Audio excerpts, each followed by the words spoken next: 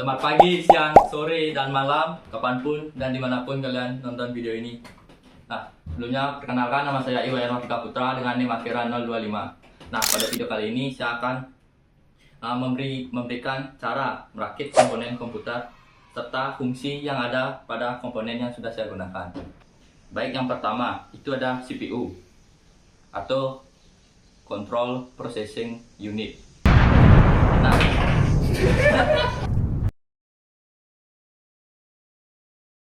mulai dari CPU atau Control Processing Unit. Nah, CPU ini bisa kita analogikan sebagai otak dari komputer yang memproses semua perintah dan instruksi. Untuk pemegangannya sendiri seperti ini ya, teman-teman. Bisa seperti ini atau bisa seperti ini. Yang penting kalian tidak menyentuh bagian bawah yang berwarna kuning di CPU ini agar tidak merusak komponen tersebut. Untuk RAM sendiri ini adalah ingatan jangka pendek. Dia menyimpan data sementara agar bisa diakses cepat oleh prosesor. Untuk cara pemegangannya juga seperti ini. Jangan pegang bagian kuning. Selanjutnya ada hard disk. Hard disk ini bisa kita analogikan sebagai penyimpanan jangka panjang atau menyimpan data secara permanen. Nah, yang disimpan dalam hard disk ini bisa berupa OS seperti Linux, Windows, atau iOS, serta game, foto, serta dokumen lainnya. Nah, kemudian ada fan cooler atau biasa disebut dengan kipas. Nah, fan cooler ini berfungsi agar ketika komponen-komponen yang ada di motherboard ini jika melakukan proses yang cukup berat, tidak terjadi overheat atau kepanasan.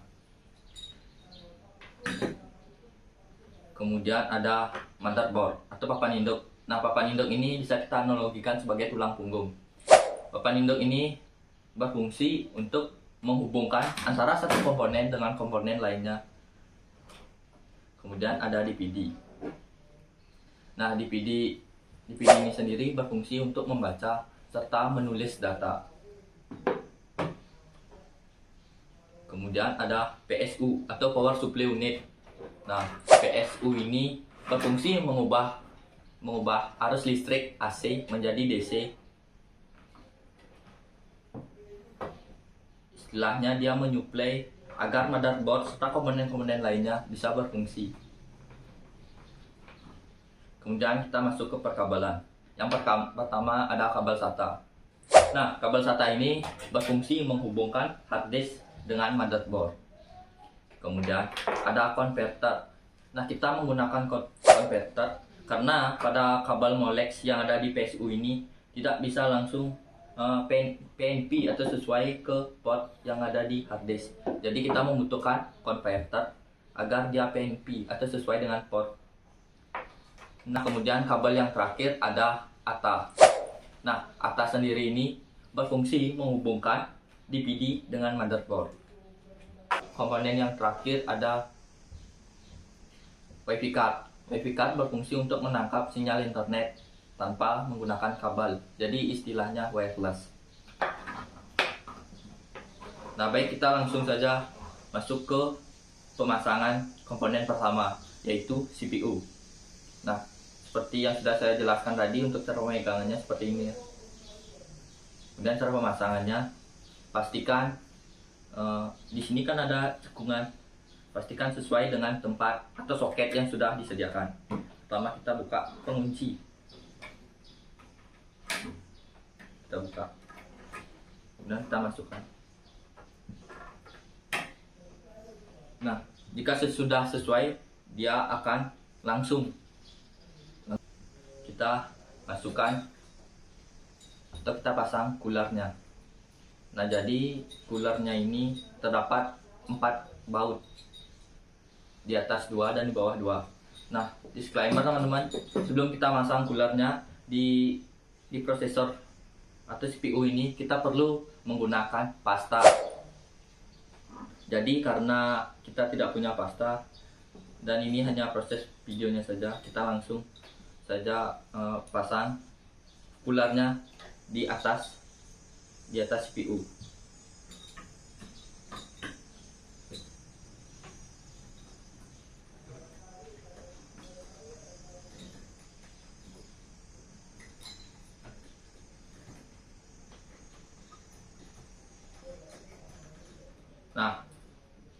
sini di 4 baut ini sudah terdapat arah panah yang menunjukkan pengunci agar kulernya ini bisa menempel atau bisa rekat dengan motherboard. Tapi karena ini kulernya sudah rusak, jadi tidak bisa ya. Kemudian di sini juga ada port. Kita masukkan ke soket yang ada di motherboard yang bertuliskan CPU fan.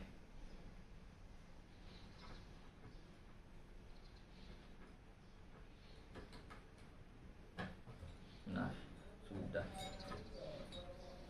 Kemudian ada RAM atau random access memory. Untuk cara pegangnya juga sama seperti CPU, jangan sampai kita memegang yang di bagian bawah atau bagian kuning-kuningnya ini. Seperti ini. Nah, di RAM sendiri untuk pemasangnya terdapat celah seperti ini. Kita langsung pasang.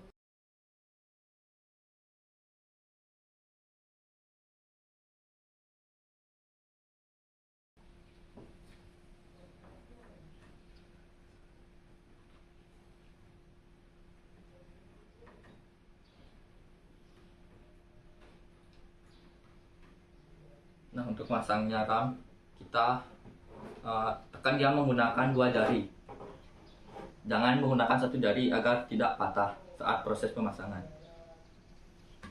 Nah, saat sudah dipasang dan ditekan dengan 2 jari, dia akan membunyi klik. Dan kita tutup. Nah.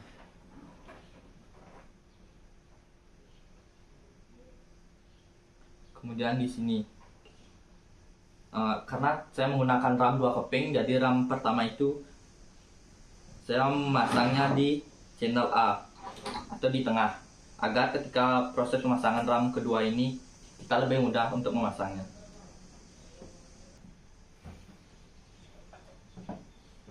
Nah, selanjutnya kita bisa memasang WiFi cardnya. Di sini bebas ya, kalian mau dipasang di PCI 1 atau PCI 2. Sini saya menggunakan PCI 2. Seperti ini. Untuk proses pemasangan, secara pemasangannya masih sama ya, menggunakan 2 tangan. Dia akan berbunyi. Oke, kita lanjut ke di sini terdapat 4 port kabel SATA, mulai dari SATA 0, SATA 1, SATA 2, sama SATA 3. Nah, di sini saya menggunakan SATA 1. Nah, dan kita masukkan ke port hard disk. Nah. Kemudian di sini ada kabel ATA. Untuk fungsinya sudah saya jelaskan tadi. Di sini ada berwarna hitam serta berwarna biru untuk portnya. Jadi kalian bebas fleksibel mau pasang di bagian mana aja. Nah, untuk warna biru akan saya pasang di motherboard. Kemudian warna hitamnya akan saya pasang di DVD. Nah, selanjutnya yaitu proses pemasangan PSU. Kita pasang yang 24 pin ini pada port ATX power.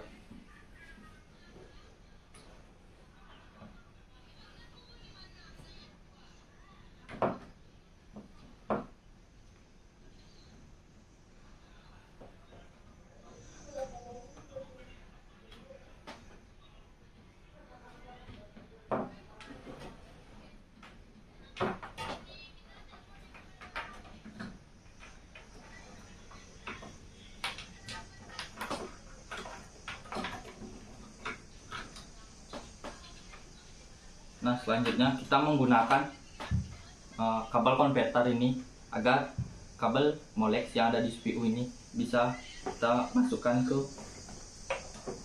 ke hard disk.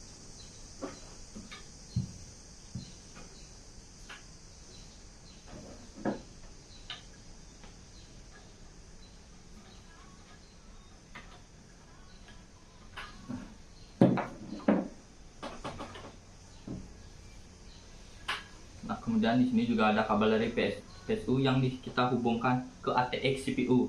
Gunanya agar CPU mendapatkan arus listrik dari PSU. Karena fungsi CPU sudah saya jelaskan tadi, yaitu mengubah arus listrik AC menjadi DC. Kita masukkan ke port atau ke soket ATX CPU.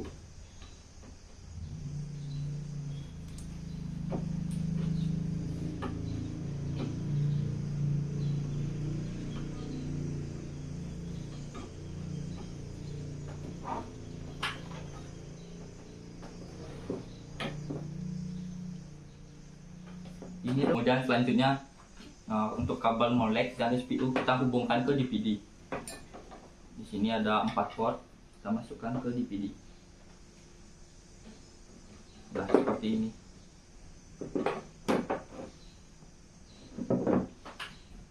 Nah, demikian proses perakitan komputer serta langkah-langkah perakitannya dan juga fungsi-fungsi komponen yang saya gunakan.